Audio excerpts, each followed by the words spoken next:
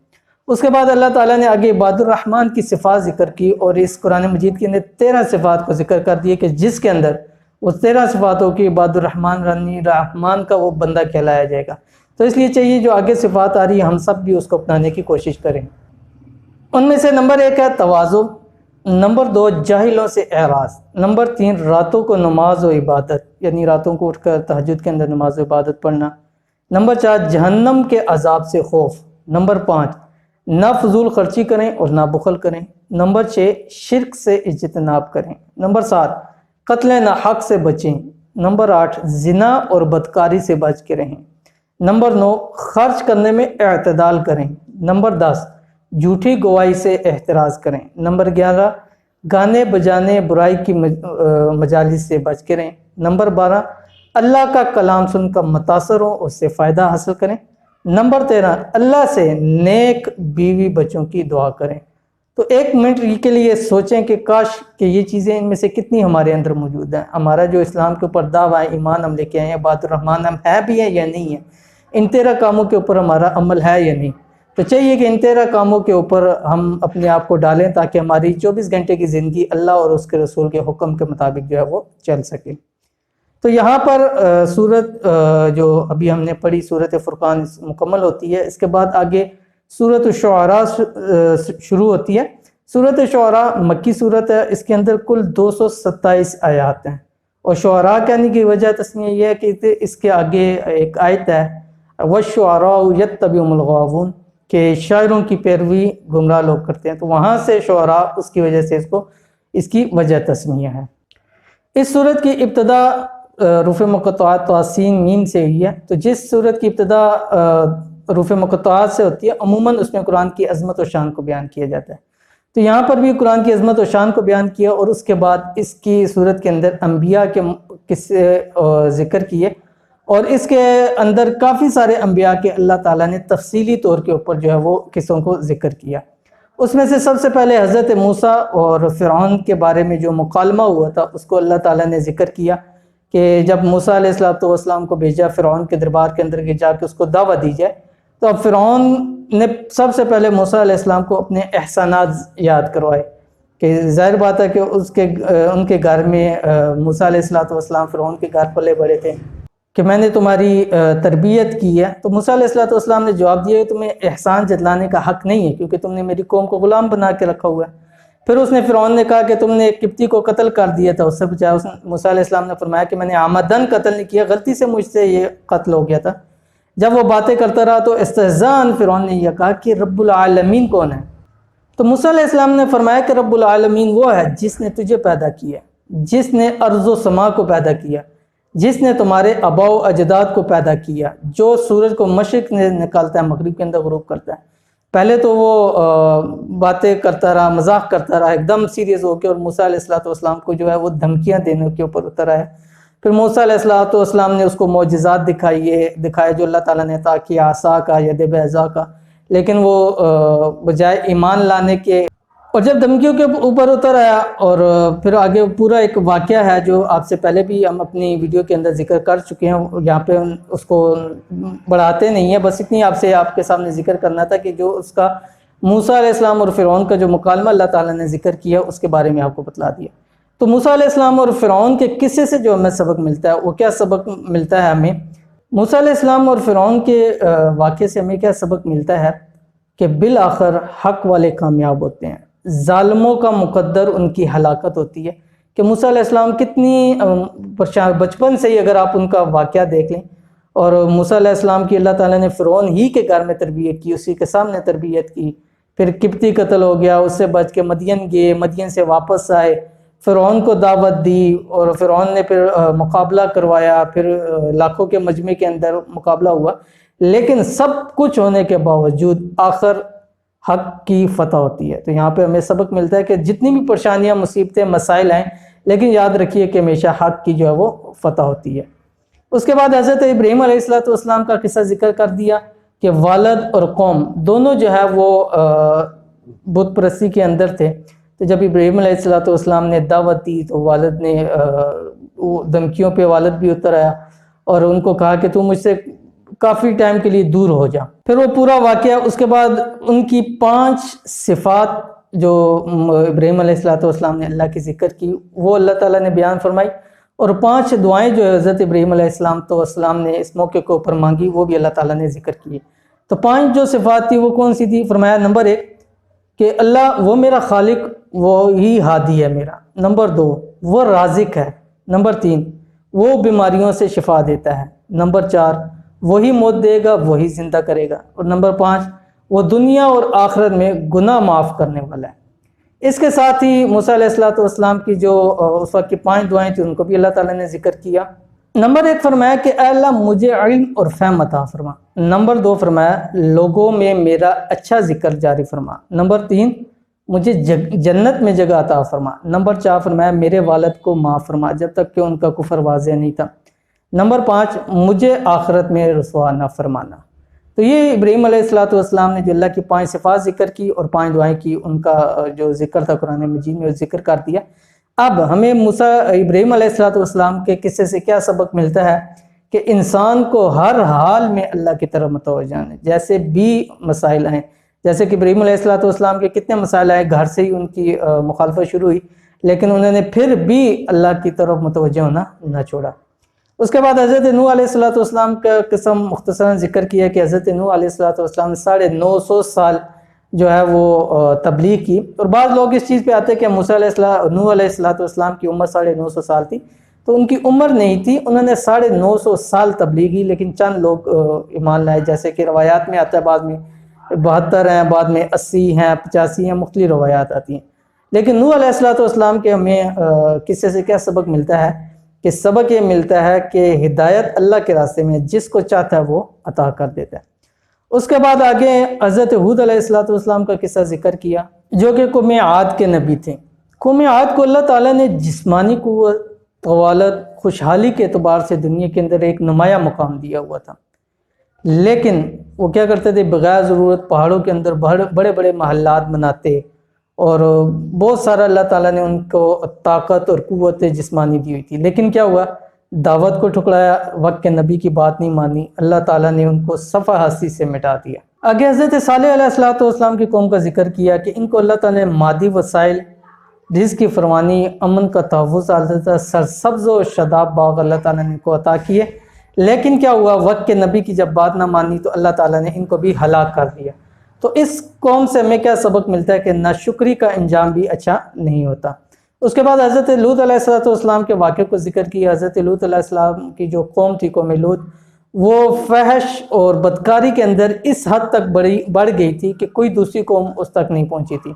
جب انہوں نے بدکاری کے اندر بہت زیادہ بڑھ گئے تو اللہ تعالیٰ نے ان کی پوری قوم کو واپس اوپر سے پلٹ دیا، اور ان کے اوپر اللہ تعالیٰ نے پتھروں کی بارش کی، اور ان کو اللہ تعالیٰ نے نیست و نابود کر دیا۔ تو اس واقعے سے بھی ہمیں سبق ملتا ہے کہ نفسانی خواہشات کی تباہ کرنا، اس کے تابع ہونا اور اس پر عمل کرنا، اس کا انجام جو ہے وہ بھی اچھا نہیں ہوتا۔ آگے حضرت شعیب علیہ السلام کی قوم کے ذکر کیے، بہت ساری نعمتیں اللہ تعالیٰ نے ان کو عطا کی، ثمر بار باغات دیے، ان کو میٹھے پانی کے چشمے دیے، لیکن وہ حقوق العباد کے اندر ڈنڈی مارتے تھے، یعنی ناپ تول کے اندر کمی اس چیز کے اندر کرتے تھے۔ اس قوم کو بھی اللہ نے اس قوم کو بھی صفحہ ہستی سے مٹا دیا۔ تو اس سے معلوم ہوا کہ جہاں ہم حقوق اللہ کے خیال کرتے ہیں وہاں پہ حقوق العباد کا خیال رکھنا بھی ہمارے لیے بہت ضروری ہے، نہیں تو اس کا انجام اچھا نہیں ہوگا۔ تو جو شعیب علیہ السلام کی قوم تھی اس کے اوپر بھی سخت عذاب کیا آیا حقوق العباد کی وجہ سے، کہ بہت دنوں سے گرمی تھی اور قوم کو اس چیز پہ گرمی نے جھلس رہے تھے، اچانک بادل آئے کالے، اور سب نے کہا یہ تو بادل بارش والے ہیں۔ جب سارے اس کے نیچے جمع ہوئے تو وہاں سے اللہ تعالیٰ نے آگ برسائی، اور زمین کے اندر زلزلہ آ گیا اور اس قوم کو نیست و نابود کر دیا۔ تو اس لیے ہمیں چاہیے کہ ہم حقوق العباد کے بھی مکمل پورے خیال رکھیں، تاکہ اللہ تعالیٰ کے ہاں ہمارا انجام جو ہے وہ اچھا ہو۔ سورت کے اختتام کے اوپر جیسے ابتدا میں قرآن کریم کے ذکر سے اور جو مشرکین کے اعتراض سے اس پہ شروع ہوا، اور قرآن اس سورت کے اینڈ کے اوپر بھی اللہ تعالیٰ نے مشرکین کے اعتراضات کو ذکر کیا اور ان کی تردید کی۔